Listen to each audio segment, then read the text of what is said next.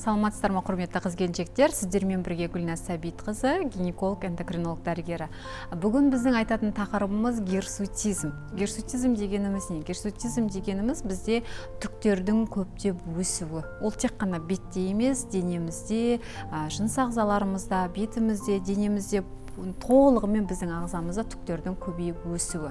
Мысалға қыз-келіншектерде жаңда мұртының өсуі болуы мүмкін, сақалының өсуі болуы мүмкін, беттерінде көптеп өсуі мүмкін. Оның себебі неде? Біріншіден бізде ол тұқым қуалаушылықтан. Екіншіден эндокриндік жалпы гормоналды өзгерістен. Үшіншіден түрлі қосымша созылмалы аурулардың күшеюі нәтижесінде қандай да бір гормоналды өзгеріске алып келетін болса, соның нәтижесінде бұндай ауру орын алуы мүмкін. Бұның емдеу жолдары қандай? Біріншіден міндетті түрде сіз эндокринолог дәрігеріне баруыңыз керек, анализдер тапсыруыңыз керек міндетті түрде.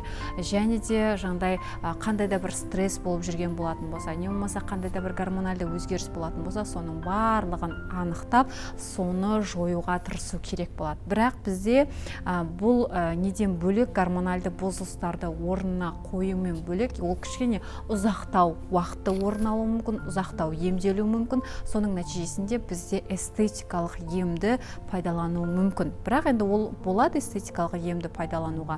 Бірақ барынша оның бірінші түпкі себебін анықтап барып, эндокринологқа барып, жаңағыдай белгілі бір тексерулерден өтіп, екі жақты эстетикалық формада да, консервативті формада да емді бастап, солай бұны жоюға болады. Бірақ ұзақтау емделеді. Жалпы түрлі әлеуметтік желілерде өте белсендімін. Инстаграм, тикток, телеграм, сол каналдарыма жазылып қойсаңыздар болады. Міндетті түрде сол жерде де түрлі сұрақтарыңызға жауап беретін боламын.